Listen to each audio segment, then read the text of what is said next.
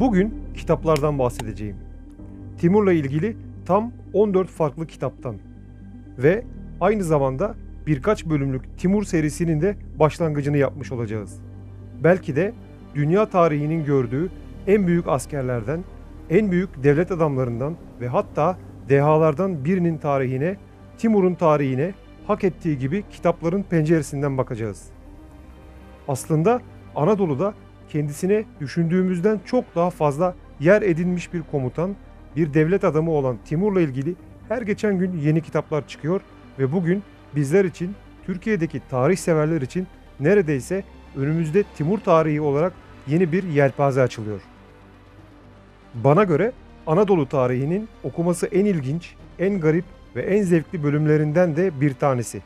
Ve görüyoruz ki Timur, Türkiye'de bugün hak ettiği ilgiyi yavaş yavaş görmeye başladı. Her ne kadar bazı çevrelerce olumsuz bir bakış açısıyla bakılsa da aslında en az Yıldırım Bayezid kadar bize, tarihimize ait olan bu büyük tarih insanı bu kitaplar sayesinde üzerindeki tozu atıp olması gerektiği yere doğru yavaş yavaş ilerliyor. Bugün bahsedeceğim bu kitaplardan bazıları belki de tek başına ayrı bir bölümü kaplayabilecek kitaplar. Zaten ilerleyen zamanlarda bu kitaplardan bazıları hakkında ayrıca konuşmak istiyorum. Ama bugün elimde bulunan Timur'la ilgili bu 14 güzel kitaptan kısaca bahsedeceğim. Az önce de bahsettiğim gibi bu bölüm bir sonraki bölümü Orta Çağ tarihinin gördüğü en büyük savaş olan Ankara Savaşı'nı ve ardından Osmanlı İmparatorluğunca 15 yıldır fethedilemeyen İzmir'in Timur tarafından 14 günde nasıl fethedilip Anadolu Türklerine armağan edildiğini anlatan bir serinin de ilk bölümü. Hakkında konuşmak istediğim ilk kitap İbni Arapşah'ın ünlü kitabı Acayibul Maktur. Alt başlığı Bozkır'dan gelen bela. Bana göre Timur'la ilgili yazılmış ve okunması gereken en önemli kitapların başında geliyor. Tabii ki İbni Arapşah'ın 1400 yılında Timur'un Şam kuşatmasında ailesiyle birlikte esir alınıp Semerkant'a götürüldüğünü ve Timur nefretiyle dolu bir tarih adamı olduğunu bilmemiz gerek. Bugün Timur'la ilgili seferleriyle, yaşamıyla ilgili bilinen birçok şeyi İbni Arapşah sayesinde biliyoruz. Timur'a karşı o kadar nefret dolu ki ondan engerek yılanı, bu vicdansız, bu aşağılık, bu topal şeytan diyerek bahseder. Tabi kitabın tarihi objektiflikten uzak ve dönemin şartlarıyla yazılmış bir kitap olduğunu bilerek okursak, Timur'la ilgili çok önemli bir kitap olduğunu rahatlıkla söyleyebilirim. Düşünün, bu kitabı Timur'la birlikte yaşamış, seferlere katılmış, tüyleri diken diken eden birçok katliama kendi gözleriyle şahit olmuş bir vakanüvis, bir tarihçi yazmış. Eğer bu kitabı bahsedeceğim bir sonraki kitapla birlikte çaprazlama okursanız Timur hakkında en doğru bilgilere birinci elden ulaşmış olursunuz. Timur nefreti dedim ama İbni Arapşah'ın bazı yerlerde Timur'a karşı farklı açılardan baktığını da söylemem gerek. Fakat şunu da belirtmek isterim ki kalın ve içeriğinin özel yapısından dolayı Timur'la ilgili ilk kez okuma yapacaklara tavsiye etmiyorum. Fakat Timur'a özel bir ilginiz varsa kitaplığınızda mutlaka olması gereken bir kitap. Selenge Yayınlarından çıkmış ciltli ve 460 sayfalık zengin içerikli bir kitap. Bu kitaba ve İbni Arapşah'a ilerleyen zamanlarda ayrıca değinmeyi mutlaka istiyorum. İkinci kitabımız ise bir önceki kitabın İbni Arapşah'ın Timur nefretiyle dolu kitabı Acayibül Maktur'un panzehiri, Timur sevgisi ve gururla dolu, aynı İbni Arapşah gibi Timur'un tüm seferlerine katılmış, Timur'un kendi saray ve ordu tarihçisi Şerefüddin Ali Yezdi tarafından yazılmış Zafernamesi. Yine Selenge Yayınlarından çıkmış kalın ve içinde döneminde çizilmiş renkli minyatürler de mevcut. Timur'un tüm seferleri, tüm yaşamı en ince detayına kadar birincil bir kaynağın kaleminden. İbni Arapşah'ın Acayibul Maktur ile karşılaştırmalı okunması gereken ve yine aynı Timur'la ilgili birçok önemli noktayı kendisinden öğrendiğimiz birinci el bir kaynak kitap. Özellikle Timur'un Anadolu seferi en ince ayrıntısına kadar kitabın içeriğinde mevcut. Yaklaşık 500 sayfa. Bugün özellikle Türkiye'de Yıldırım Bayezid ve Ankara Savaşı ile ilgili yapılan bir tartışma ortamı ve tabii ki beliren farklı görüşler var. İşte bu anlamda bu kitapla birlikte beliren birinci el şahitliğe dayanan bilgiler karşılaştırmalı okumalarla birlikte çok daha doğru noktalara taşınıyorlar. Bu kitabı da az önceki kitap gibi ilk kez Timur'la ilgili bir kitap okuyacaklara tavsiye etmem. Fakat başta bahsettiğim bu iki kitap Timur tarihinin en ağır toplarıdır. Bahsetmek istediğim üçüncü kitap Halil Çetin'in yazdığı Timur'un Anadolu Seferi ve Ankara Savaşı isimli kitabı. 250 sayfalık ve herkese tavsiye ettiğim bir tarih kitabı. Özellikle bizler için Timur'un Anadolu Seferi için oldukça güzel bir kitap olduğunu söyleyebilirim. Ankara Savaşı'nın öncesinden sonrasına kadar objektif bir tarih anlayışıyla yazılmış fakat nedense çok da bilinmeyen ama bence bir o kadar önemli ve güzel bir kitap. Yeditepe Yayınlarından çıkmış ve herkese tavsiye ederim. Timur ve Anadolu derseniz bu kitabı okuyun derim. Ve dördüncü kitabımız yine Timur'la ilgili en önemli kaynak kitapların başında gelen, Timur'u bizzat kendi gözleriyle görmüş olan bir İspanyol asilzadesi Roy González de Clavio'nun aslında bir seyahatname niteliği de olan Timur'un Hayatı ve Cadiz'den Semerkant'a isimli Pozitif Yayınlarından çıkan 260 sayfalık harika kitabı. Clavio, İspanya kralının Timur'a gönderdiği bir elçi ve Timur'un sarayına doğru yaptığı zorlu yolculuğun her anını kaleme almış bir vakanüvis. Yine tarih adına Timur'la ilgili bilinen çok şeyi bu güzel seyahatnameden öğreniyoruz. Özellikle Ankara Savaşı'ndan sonra Timur'un Semerkant'taki saray yaşamı ve faaliyetleri tüm detaylarıyla bu seyahatnamede mevcut. Bu kitabın da Timur'a ilgisi olan herkesin kitaplığında bulunması gerektiğini düşünüyorum. Zaten başlı başına ilginç bir kitap. Düşünün, 1400'lü yılların başında zamanına göre oldukça ileri görüşlü bir insan olan İspanya kralı ta Semerkant'a belki de yolculuğu bile 3-4 yıl sürecek bir elçilik heyeti gönderiyor. Ve bu elçilik heyetindeki bir görevli geçtiği yerleri ve yaşadıklarını kaleme alıyor. Timur'u sevenler günümüzden 620 yıl önce yaşamış bir İspanyola çok şey borçlu. Beşinci kitabımız Justin Marozzi'nin Timurlenk isimli harika kitabı. Yapı Kredi Yayınlarından çıkmış ve 450 sayfalık bir kitap. Aynı zamanda Timur'la ilgili en iyi başlangıç kitaplarından birisi olduğunu söyleyebilirim. Bu bir Timur biyografisi. Timur'u ve tarihini bir yana bırakalım, bu kitap zaten okuması çok zevkli bir kitap. Timur dönemine, öncesine, sonrasına ve hatta bugününe kadar gelmiş etkilerine değin, bence dünyada yazılmış en önemli ve güzel Timur biyografisi olduğunu söyleyebilirim. Tabi kitabın kapağındaki alt başlığın İslam'ın kılıcı Cihan Fatih kısmı biraz popüler tarihe yönelik olduğunu düşünsem de benim en sevdiğim kitaplar arasında olduğunu rahatlıkla söyleyebilirim.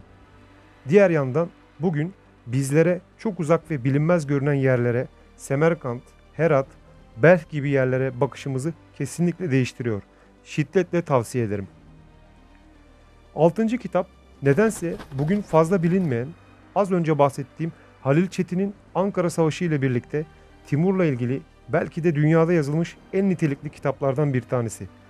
Tarkan Suçikar'ın yazdığı Emir Timur, Yıldırım Bayezid isimli kitap.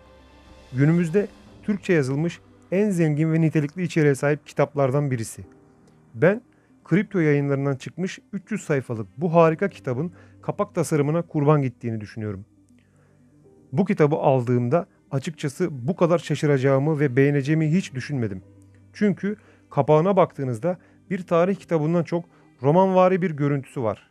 Ama müthiş bir içeriği var. Kaynaklarıyla, objektifliğiyle bu da şiddetle tavsiye ettiğim diğer bir Timur kitabı. Ve 7. kitabımız Tüzükat-ı Timur. Timur'un günlüğü.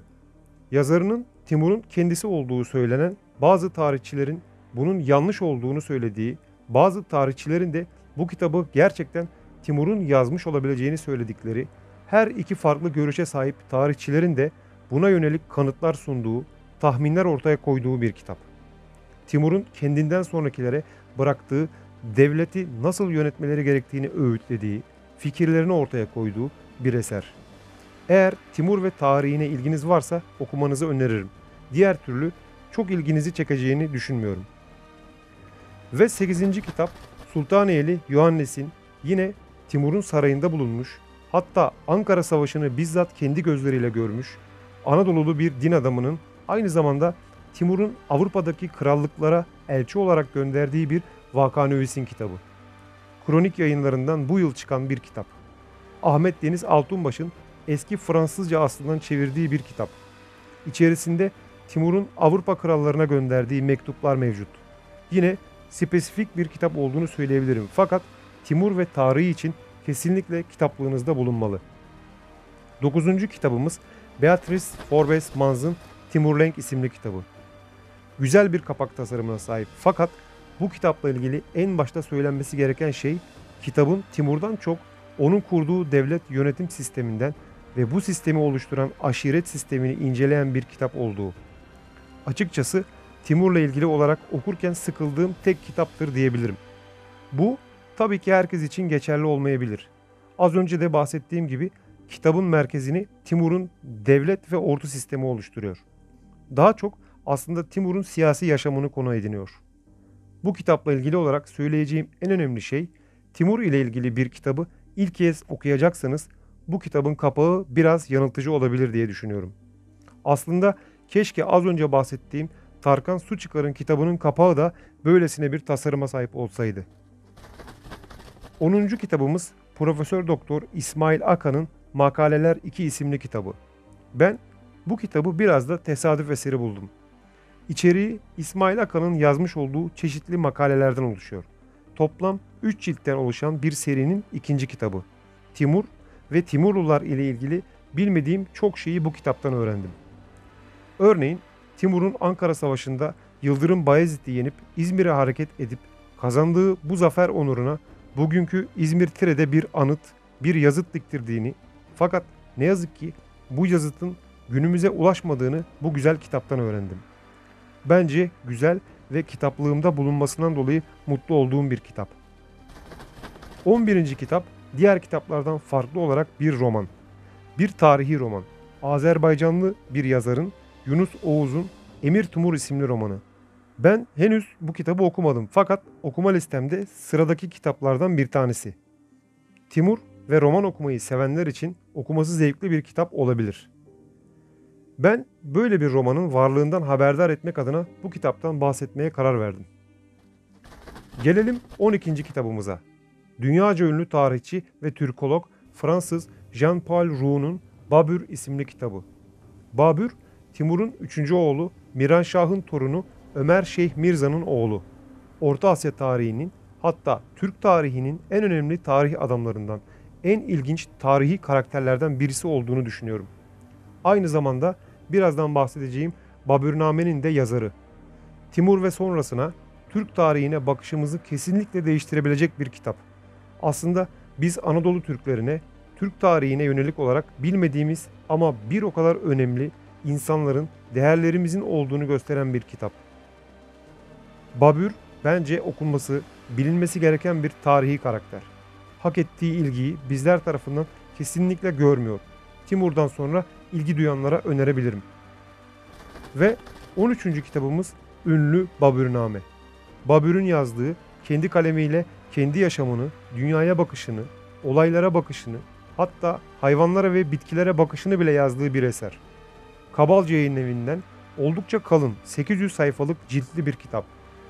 Tabii ki yapısından dolayı herkesin rahatlıkla zaman ayırıp okuyabileceği bir kitap değildir belki ama bu kitabı okumak bence bir ayrıcalık. Timur'un ölümü ve sonrası, hatta Timur Rönesansı denilen dönemin bir meyvesi diyebilirim. Babürname benim kitaplığımın en kalın kitabı ve okuması bir o kadar güzel, ilginç ve zevkli kitabı. Burada belki de bu kitap için ayrı bir bölüm yapmak gerekir diye düşünüyorum. Rahatlıkla söyleyebilirim ki o Türk tarihinin, Türk-Moğol tarihinin en önemli ve ilginç tarihi karakterlerinden bir tanesi. Ki bunun yanında ardında Babürname gibi belki de dünyanın dönemine ait en ilginç yaşam öykülerinden bir tanesini bıraktı. Gelelim son kitabımıza. Dimitris Kastritsis'in Bayezid'in Oğulları isimli kitabı. Timur Anadolu'ya geldi, Bayezid'i Ankara'da ezip geçti. Peki sonrası Anadolu'da neler yaşandı? Timur Semerkant'a döndükten ve Çin seferinin hemen öncesinde öldükten sonra Anadolu'ya yeniden hakim olmak için Yıldırım Bayezid'in ardında bıraktığı 3 oğlu arasında yaşanan büyük ve kanlı mücadele. Anadolu ve Rumeli adeta bir satranç masası gibi Süleyman, Musa ve Mehmet arasındaki büyük ve 15 yıllık çekişmeyi tüm detaylarıyla anlatan Kitap Yayın Evi'nden 200 sayfalık bir kitap. Fetret dönemi denilen ama aslında Osmanlı İmparatorluğu'nun yıkılıp bir vasal devlet haline dönüştüğü uzun bir dönemi detaylıca ele alıyor. İçeriğindeki rekabet ve ilginçliği açısından Anadolu tarihinin bu en garip dönemini konu edinen bu kitabı tavsiye ederim. Kaynakları çok sağlam bir tarih kitabı olmasının yanında aynı zamanda bir tarihi roman akıcılığına da sahip. Bu açıdan tavsiye edebileceğim bir kitap. Evet, bu hafta tam 14 farklı tarih kitabından konuştuk. Anadolu tarihinin Anadolu'ya ayak basmış en önemli tarihi karakterlerinden birisi olan, en az Yıldırım Bayezid kadar kendi tarihimize ait olan Timur ile ilgili kitaplardan bahsettik. Tarihe, Anadolu tarihine kitapların, seyahatnamelerin, gravürlerin penceresinden bakmaya devam ediyoruz. Uzak zamanlara abone olarak bana destek olabilirsiniz. Tekrar görüşmek üzere. Herkese sevgiler.